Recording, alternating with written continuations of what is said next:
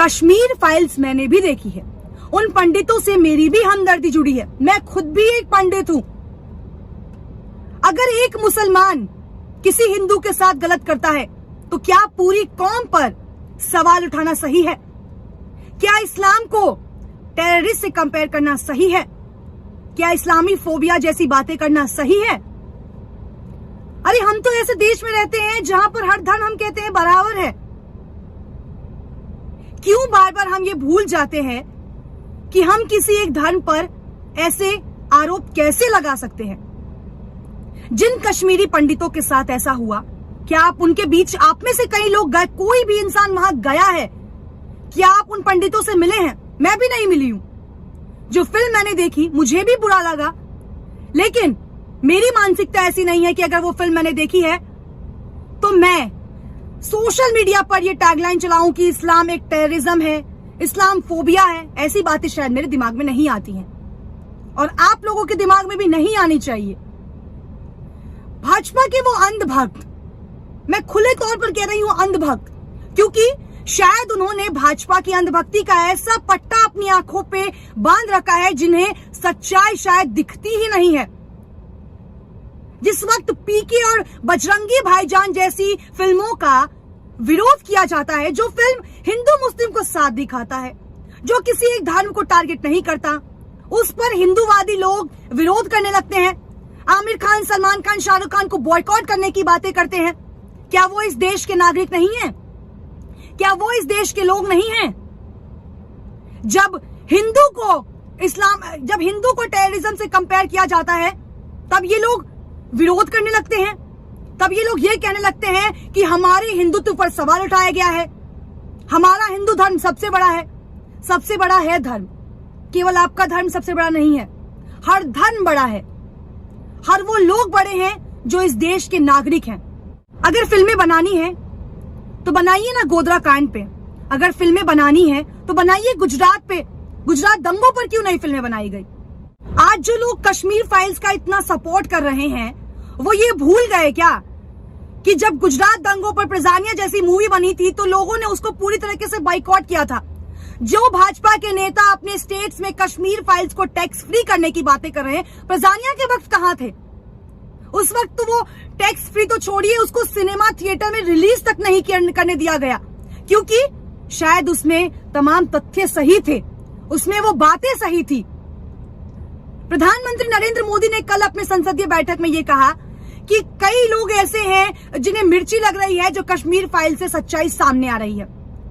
प्रधानमंत्री जी, किसी को मिर्ची नहीं लग रही है।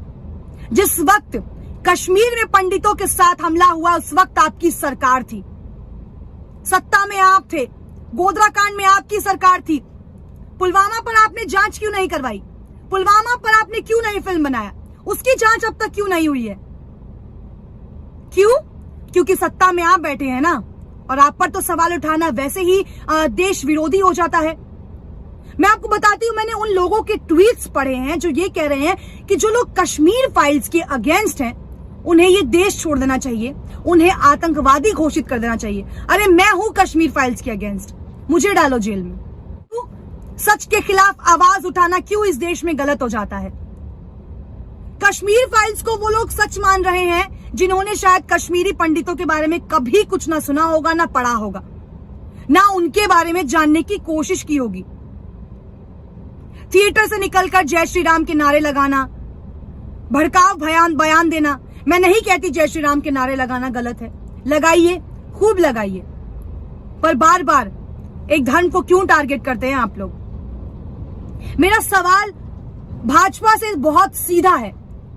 जो कश्मीर फाइल्स को आप सपोर्ट कर रहे हैं, अगर उस वक्त सत्ता में विपक्ष होती तो आप कश्मीर फाइल्स को रिलीज होने देते, साथ ही आप पूरी तरीके से इसका ठीकरा विपक्ष पर फोड़ देते।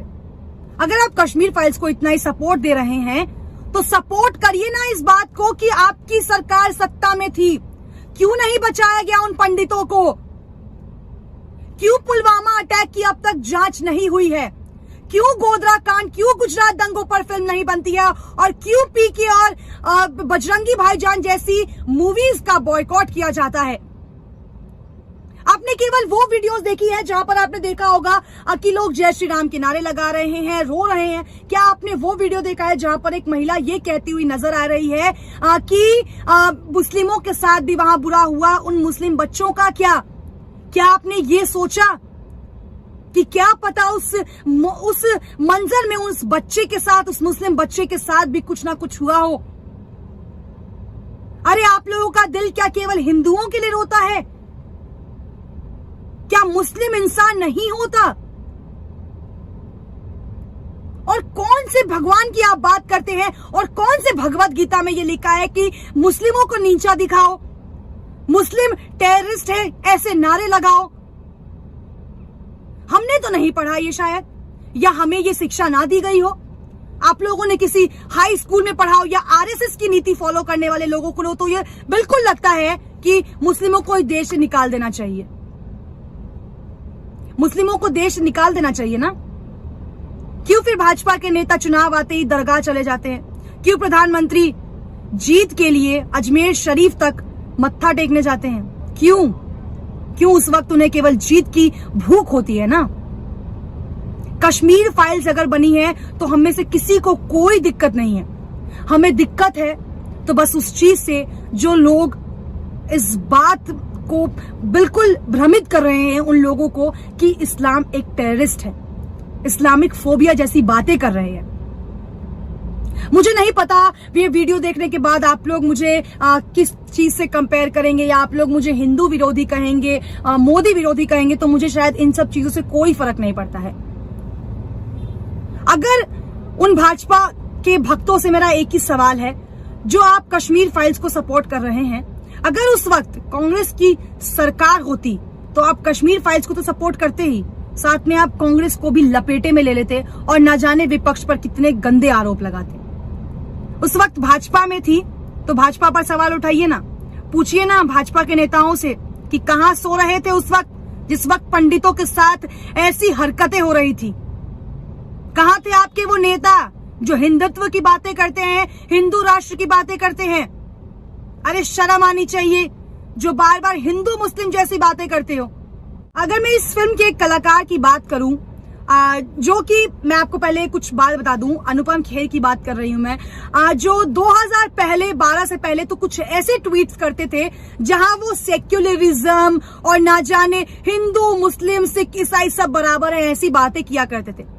2012 के बाद जब उनकी माननीय पत्नी को जब मेंबर ऑफ पार्लियामेंट बना दिया गया तो ये तो एक तरफा बातें करने लगे। सत्ता के साथ शायद इनकी सोच भी बदल गई है। आज कश्मीर पंडितों के लिए इनके मन में इतना प्रेम उभर आया है, पर ये वही अनुपम खेर है जो 2012 से पहले कुछ ऐसे ट्वीट्स करते थे जिसमें साफ नजर आता था कि शायद अनुपम खेर को हर धर्म से प्यार है। आज अनुपम खेर को केवल हिंदू से इतना प्यार कैसे उमड़ आया? सत्ता की लालच किससे क्या ना करवा दे।